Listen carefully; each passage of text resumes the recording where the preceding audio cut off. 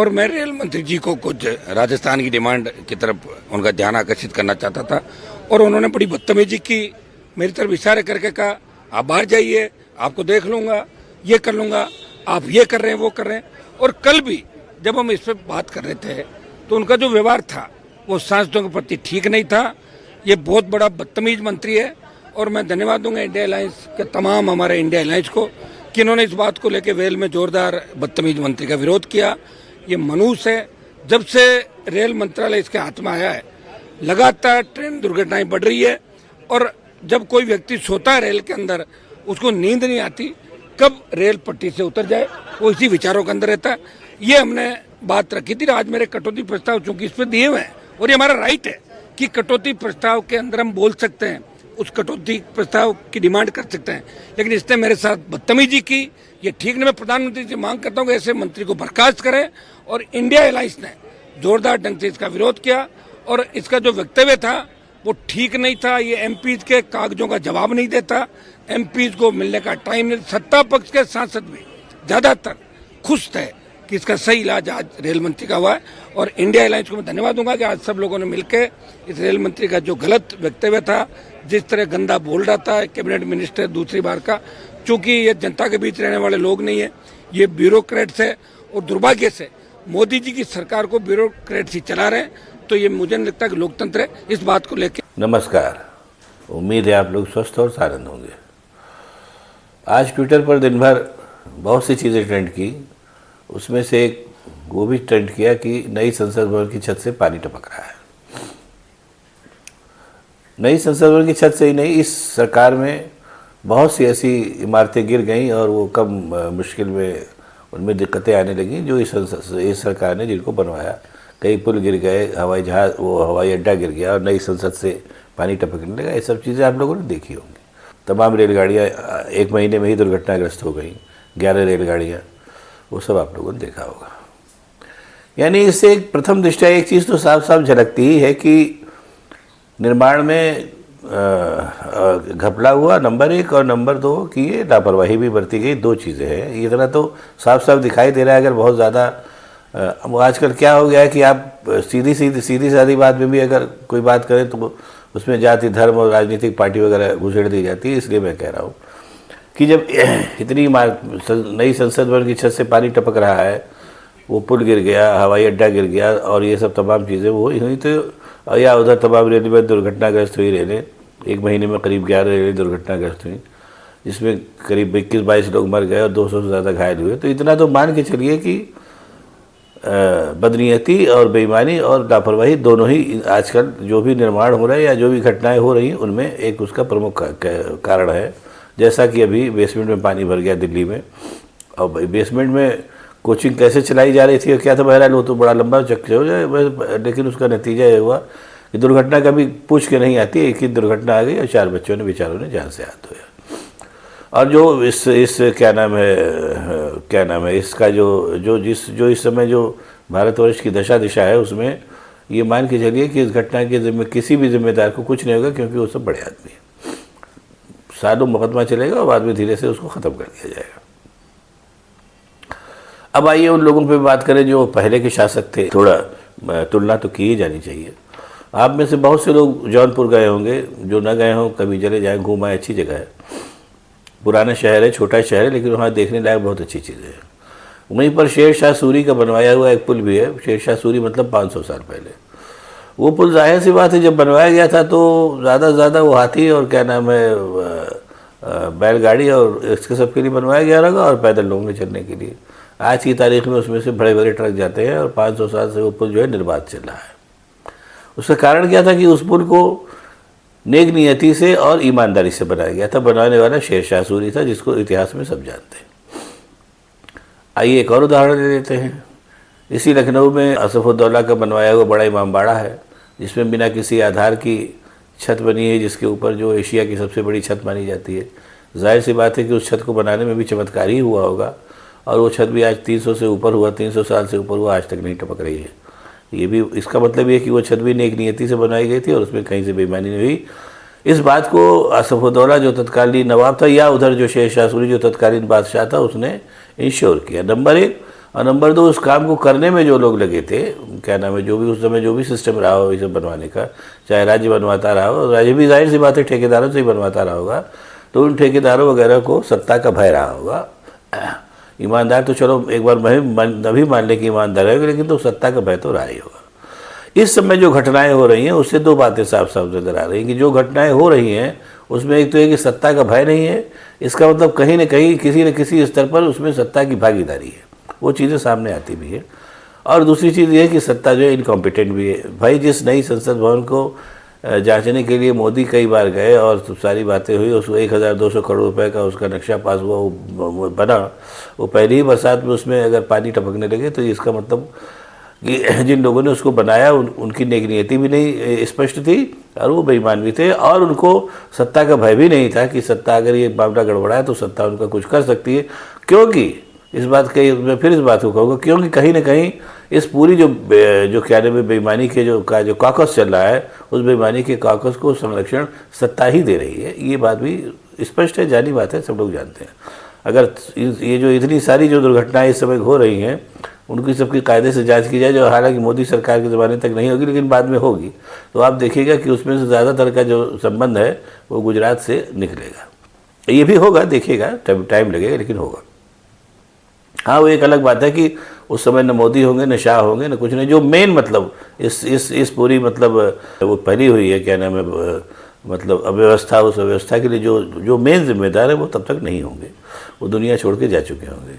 ये मैंने पहले भी एक आध बार कहा है, आप लोगों को याद हो सकता है, आप लोगों को याद हो कि हिंदुस्तान का जो सिस्टम है न्याय का, वो सिस्टम अदरवाइज तो ठीक है लेकिन कई वजहों से थोड़ा सा वो ढीला हो गया है, क्योंकि वो सिस्टम बना था मुश्किल से 10-20 करोड़ लोगों के लिए, और आज वही सिस्टम जो है 120-140 करोड़ लोगों का बोझ ढो रहा है, तो जाहिर सी बात है उसको स्लगिश तो होना ही था, वो हो गया है।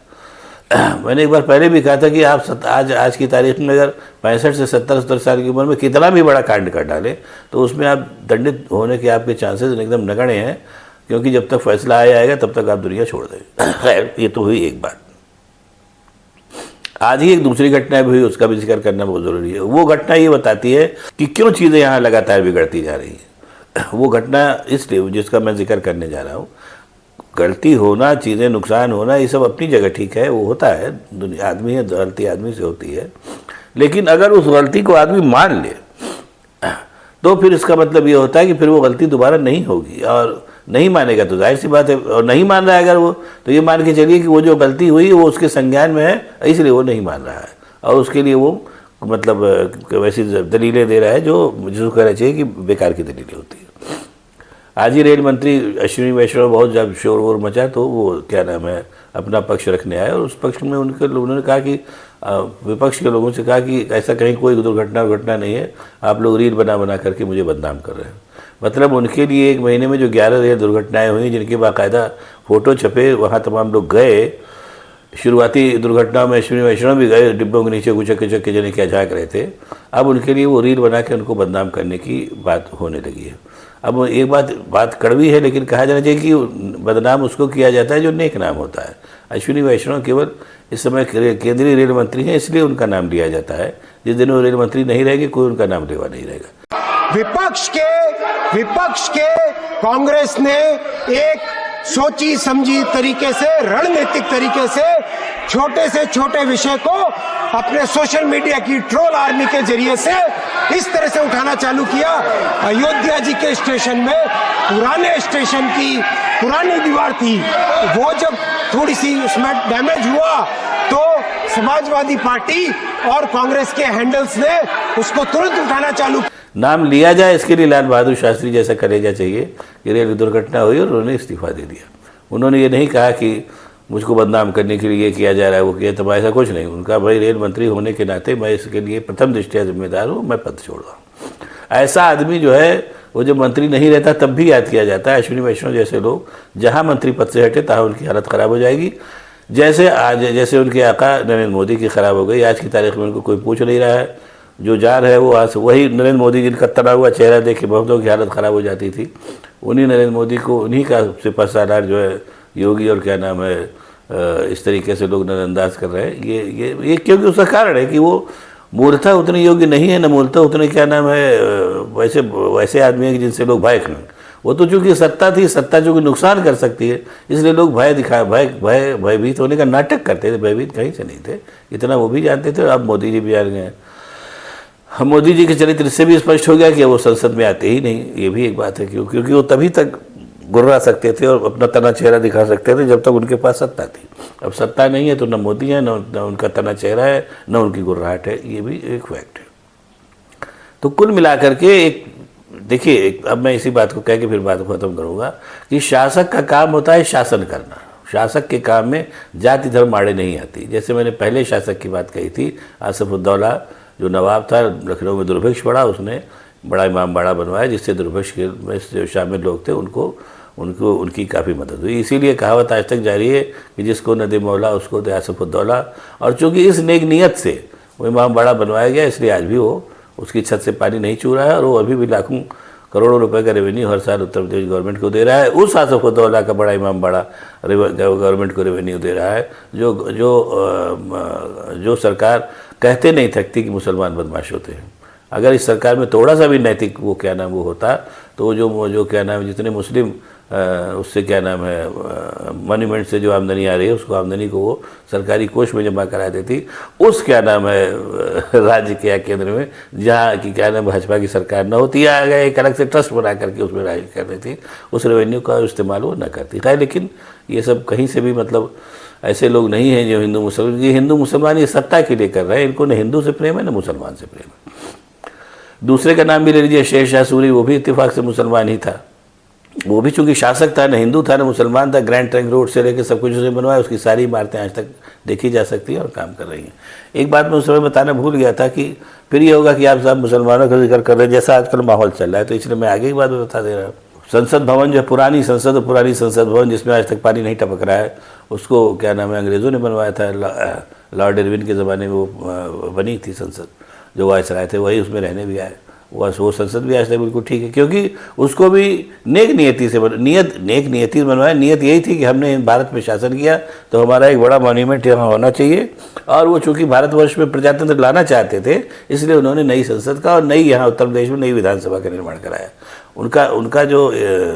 उनका जो उद्देश्य था स्पष्ट था, इसलिए उन्होंने जो इमारतें बनवाई वो आज तक फर्स्ट क्लास काम कर रही हैं। उसके भी और पीछे चले जाइए, जो हिंदू राजा थे, जैसे चूँकि ये लोग बहुत हिंदू की बात करते हैं, इसलिए मैं बता रहा हूँ, जो हिंदू राजा थे उन्होंने भी जो इमारतें नेक नियति से बनवाई और बिना हिंदू मुसलमान, खैर उस समय तक तो मुसलमान थे नहीं, और जातियाँ थी जिनको वो गाली दे सकते थे अगर वो भाजपाई मानसिकता के होते तो उन्होंने वो सारी किसी, जैसे खजुराहो के मंदिर है, आप कभी जाकर दिखाइए, दक्षिण भारत के तमाम प्राचीन मंदिर हैं जो हज़ारों साल पुराने हैं, उनकी भी छत से पानी नहीं टपक रहा है, क्योंकि उनको बनवाने वाले ईमानदार थे। उनका उद्देश्य स्पष्ट था, सद्भावनापूर्ण था, इसलिए जो कुछ भी उन्होंने बनाया वो आज तक चल रहा है और बढ़िया चल रहा है और सरकार को रेवेन्यू भी दे रहा है।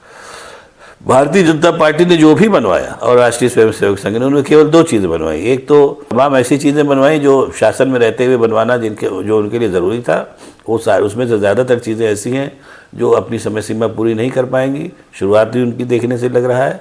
और उसके अलावा उन्होंने जो कुछ भी बनवाया वो केवल अपने लिए पैसा इकट्ठा किया, जो वो बॉन्ड के रूप में सामने आया, इलेक्टोरल बॉन्ड के रूप में, और भी तमाम जगहों पे इकट्ठा हुआ होगा जो भी सामने नहीं आया, या फिर अपने तमाम दफ्तर जो है भारतीय जनता पार्टी के और संघ के, वो सब उनको बढ़िया कर दिया उन्होंने। ये टोटल उन्होंने काम किया। अंत में अब एक बात कह के बात को ख़त्म करूँगा कि विश्व गुरु बनने के लिए जो मानसिकता चाहिए, वो मानसिकता कम से कम न तो भाजपा में है, न आज की शासन में है, न ही राष्ट्रीय स्वयंसेवक संघ में। ये बार बार मैं कहूँगा, विश्व गुरु बनने के लिए चीज़ों के नाम नहीं बदले जाते कि उर्दू बाज़ार को बदल के हिंदी बाज़ार कर दिया जाए, कि उसके में भी उर्दू बाज़ार का नाम क्यों उर्दू बाज़ार रखा गया था, ये अगर पूछा जाए नाम बदलने वालों से तो नहीं बता पाएगी। उनको जो चीज़ पसंद आई वो उन्होंने अपने शासनकाल में बनवाई। ताजमहल को अंग्रेज़ों ने पसंद किया और उन्होंने कहा कि ये मुग़लों के आधिपत्य का एक बहुत ही शानदार नमूना है हिंदुस्तान के ऊपर, और लगभग वैसा ही आधिपत्य हमने भी हिंदुस्तान पे किया। इसलिए उन्होंने भी बजाय ताजमहल की तर्ज पर एक नया विक्टोरिया मेमोरियल बनवाया कलकत्ता में, जो वो भी पूरा संगमरमर का है, लोग जाके देख सकते हैं। वो ये भी कर सकते थे आजकल के क्या नाम है नेताओं की और भाजपा के और संघ के नेताओं की तर्ज पर, कि ताजमहल का नाम ही बदल के विक्टोरिया मेमोरियल कर देते। ऐसा उन्होंने नहीं किया, क्योंकि अगर वो इस मानसिकता के होते तो विश्व गुरु कभी नहीं बनते जो एक ज़माने में वो थे, आप माने या न माने। ये राष्ट्रीय स्वयंसेवक संघ भी जो है आज की तारीख में बहुत बोल रहा है, इसका भी कोई इतिहास अंग्रेज़ों के खिलाफ बोलने का बहुत खंगालने पर भी नहीं मिलता। बाकी आप लोग भी चाहे तो उसको पढ़ सकते हैं, पता कर सकते हैं। अब आपको अगर ये वीडियो पसंद आया तो इसको लाइक करिए, शेयर करिए, साथ ही साथ मेरे चैनल को सब्सक्राइब करिए ताकि मैं और भी ऐसी बातें आपको बताता रह सकूं। बहुत बहुत धन्यवाद। नमस्कार। माननीय अध्यक्ष जी, लोको पायलट जब अपनी ड्यूटी कंप्लीट करके आते हैं तो वो रनिंग रूम में ऐसा है, केवल रील बनाने वाले लोग नहीं, हम मेहनत करने वाले लोग हैं, काम करने वाले लोग हैं। आपकी तरह रील बना के दिखाने वाले लोग नहीं, हम समझे ना। बैठो, बहुत हो गया, कुछ भी बोल देता है। माननीय अध्यक्ष जी, हाउस का ऑर्डर में लाए, ये क्या तरीका है? कुछ भी बीच में बोल देते हैं।